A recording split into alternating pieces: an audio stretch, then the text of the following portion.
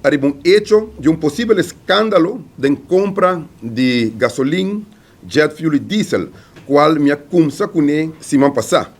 Y de caso aquí, escándalo aquí se trata de RDA FMSA, que lo por costa el país aquí también, hopi millones de florín.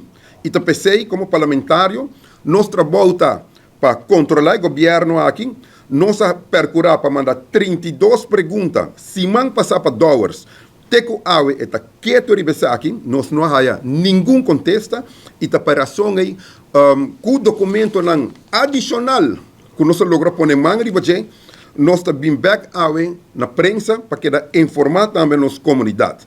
Que tem contrato de FMSA com o Citco, de caso aqui com o Fuels Marketing and Sales de Aruba, ta compra, entre outros, 530 mil barris de gasolina, 175 mil barris de low sulfur e 625 mil barris de jet fuel para ano para suministrar entre o pueblo aqui. E dentro do contrato aí, cada 18 lunas, você tem direito de fazer um request for proposal, nós chamamos RFP, qual é um bidding processo, caminho que você busca arriba mercado melhor preço para Aruba, e esse aí nos turquear. E corretamente, de contrato, esse aqui está arreglado.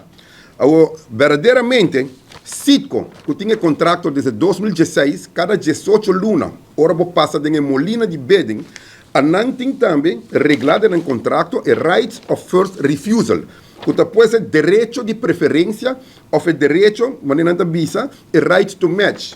Que se tem um ganador, se não pode provide um melhor preço para o contrato, não lo porquê daquele contrato.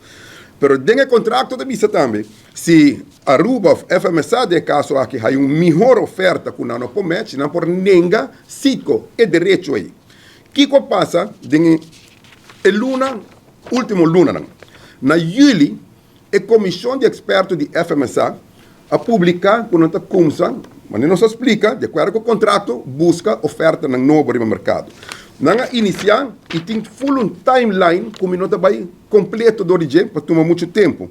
Mas verdadeiramente, full esquema daqui dentro, não tem a minha RFP bidding timeline, que iniciar dia 25 de julho, quando não anunciar que o paquete não está claro, a companhia não invitar por mandar busca isso aqui.